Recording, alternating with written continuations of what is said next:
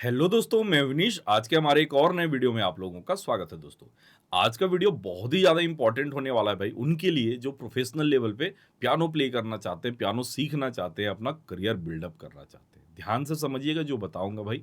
ऐसे लेसन्स बार-बार नहीं बनते और बनाने में भी बहुत मेहनत लगता है या समझाने में बहुत मेहनत लगता है, ठीक है? हम लोग पढ़ने वाले हैं आज ट्रायड अपॉर्च्युनिटीज़ के बारे में।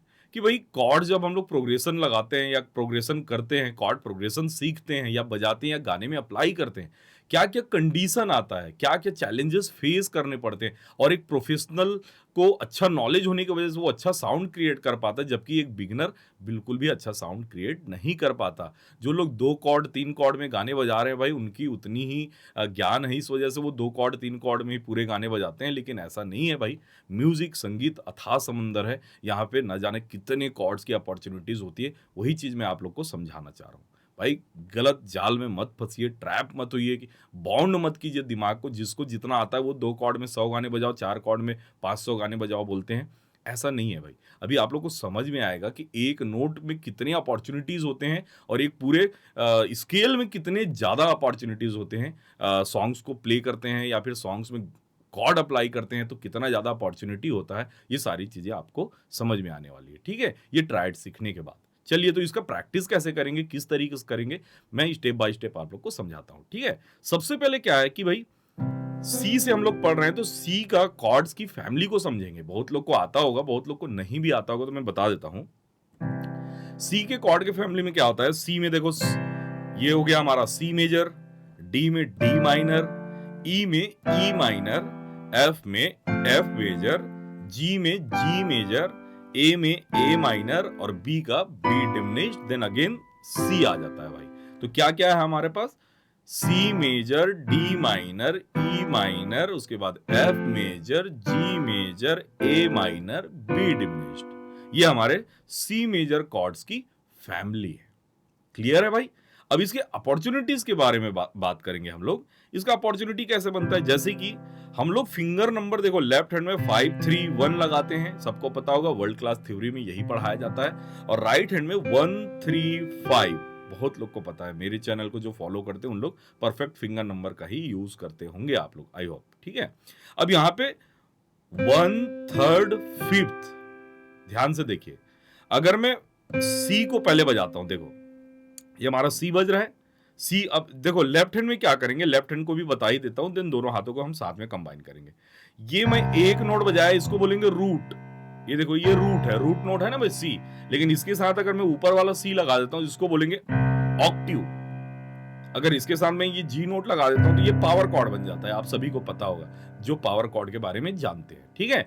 अभी मैं क्या करूंगा, यहाँ पे ऑक्टिव प्ले करने वाला हूं, मतलब नीचे का बॉटम का सी और टॉप का सी, इसी को बोलते हैं बॉटम टॉप या फिर बॉटम मिडिल टॉप। तो ये पावर कॉर्ड बन जाता है। बॉटम टॉप मतलब ये ऑक्टिव बन रहा है। ओनली बॉटम मतलब हम लोग रूट नोट प्ले कर रहे हैं, ठीक है? और अगर बॉटम और मिडिल प्ले करेंगे तो इसको बोल देंगे फिफ्थ, परफेक्ट फिफ्थ बोलते हैं एक्चुअली, ठीक है? लेकिन हम लोग यहाँ पे क्या कर रहे हैं, सी और सी मतलब बॉटम और टॉप प्ले कर रहे हैं, तो इसको बोलेंगे ऑक्टिव। ये मैंने ऑक्टिव प्ले किया, ठीक है? अब सी के ऑक्टिव में देखो, सी एक्चुअली सी का रूट बोलो या ऑक्टिव बोलो, हम लोग प्ले करने के लिए ऑक्टिव कर रहे हैं, लेकिन सी नोट का रूट है ये, ठीक है? सी में अपॉर्चुनिटी क्या क्या बनती है भाई, प्यार से समझेंगे, धीरे धीरे समझेंगे। अगर आप लोग को समझ में नहीं आएगा तो आप लोग नोटबुक निकाल लीजिए, नोटबुक में लिख लीजिए और घर में धीरे धीरे प्रैक्टिस कीजिएगा, ठीक है? यहाँ पे मैंने ऑक्टिव प्ले किया और राइट हैंड में मैंने ये सी ई जी प्ले किया। तो यहाँ पे देखो फर्स्ट फिंगर नंबर मेरा सी पे है। सेकंड अपॉर्चुनिटी क्या होगा कि थर्ड फिंगर नंबर को अगर सी पे कर देता हूं तो देखो ए माइनर बन गया, सही है? तो क्या बना यहाँ पे, देखो पहले C major then A minor. अब ये फिफ्थ फिंगर नंबर इसको सी पे डाल दूंगा तो ये एफ मेजर बन जाएगा। तो सी नोट के हमें 3 अपॉर्चुनिटी यहां पे नजर आ रहा है भाई, जैसे कि C major, A minor, then F major. सही है? 1 में हमारा सी मेजर बना, इसी को थर्ड फिंगर नंबर लगा दिए तो क्या बन गया हमारा ए माइनर। यहीं पे फिफ्थ फिंगर नंबर लगा दिए सी पे तो क्या बन गया एफ मेजर। इसी को समझना होता है, ठीक है? सी का अपॉर्चुनिटी देखो, C major, A minor, then F major. ये तो हो गया सी का। उसके बाद डी पे जाते हैं तो डी में क्या बन जाएगा, सबसे पहले डी माइनर, उसके बाद इसको थर्ड फिंगर नंबर लगाएंगे तो बी डिमिनिश्ड बन गया, उसके बाद जी मेजर। ये देखो साउंड की क्वालिटी भी चेंज हो रही है कि नहीं। हम लोग यहाँ पे डी, ये ऑक्टिव में देखो डी लगाए हुए हैं, ये लेफ्ट हैंड को चेंज नहीं कर रहे हैं। पहले बनाए डी माइनर, देन बनाए बी डिमिनिश्ड, उसके बाद बना दिए जी मेजर। सही है। इसी तरीके से जब ई प्ले करेंगे तो ई माइनर, उसके बाद ये वन हो गया ना, ये देखो थंब जो है ई पे लगा हुआ है तो ये ई माइनर, सेकंड अपॉर्चुनिटी यहां पे थर्ड नंबर फिंगर लगाएंगे तो सी मेजर। देखो साउंड की क्वालिटी। उसके बाद यहां पे हम लोग फिफ्थ लगा देंगे तो ए माइनर। क्या साउंड है यार, देखो।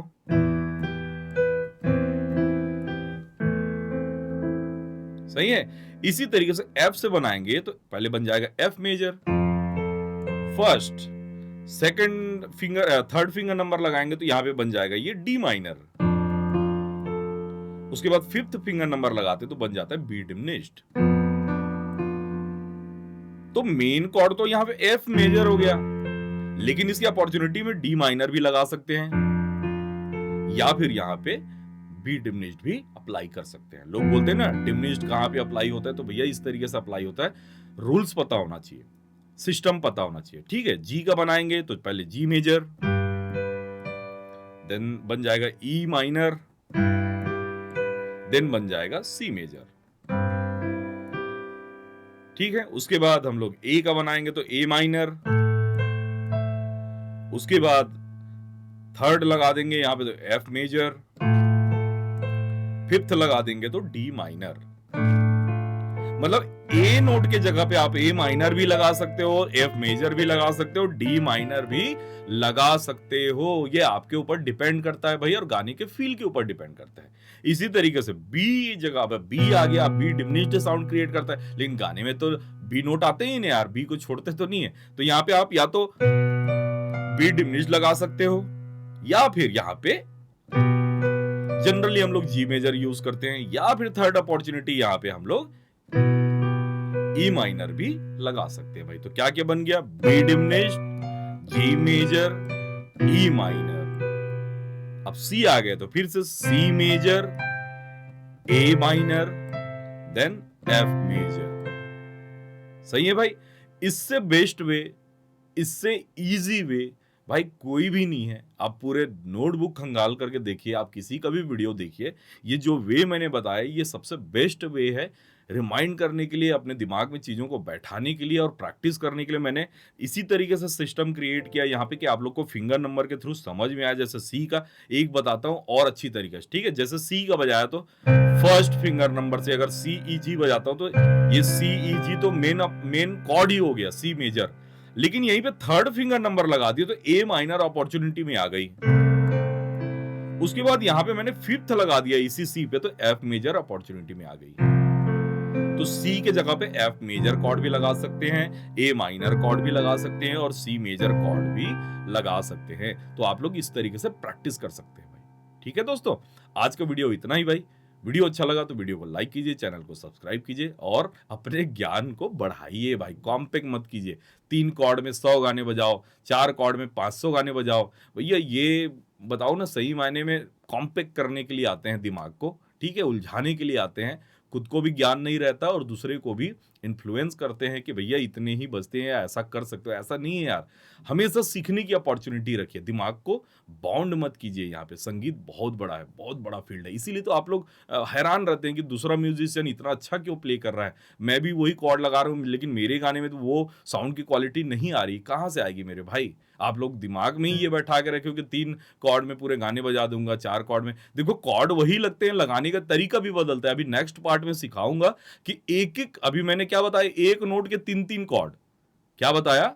एक नोट के 3-3 ट्रायड्स बताया मैंने। नेक्स्ट वीडियो में मैं बताऊंगा आप लोगों को कि एक एक ट्रायड के 3-3 कॉर्ड्स या फिर इन्वर्जन्स अगर इसमें क्रिएट करेंगे तो साउंड की क्वालिटी बदल जाएगी, काम करने का तरीका बदल जाएगा। भैया तो कितने हो गए? बहुत सारे हो गए यार। एक नोट पे 3, ठीक है, तो 7 या 21 तो ऐसे ही हो गया। फिर उसके 3-3 तो सोच लो कितने कॉर्ड लग सकते हैं, सिर्फ सी के फैमिली की बात कर रहा हूँ ना मैं। तो दिमाग को बाउंड मत कीजिए यार, ओपन करिए, खोलिए और प्रैक्टिस कीजिए, रियाज़ कीजिए और आगे बढ़िए भाई। God bless you. Thank you so much.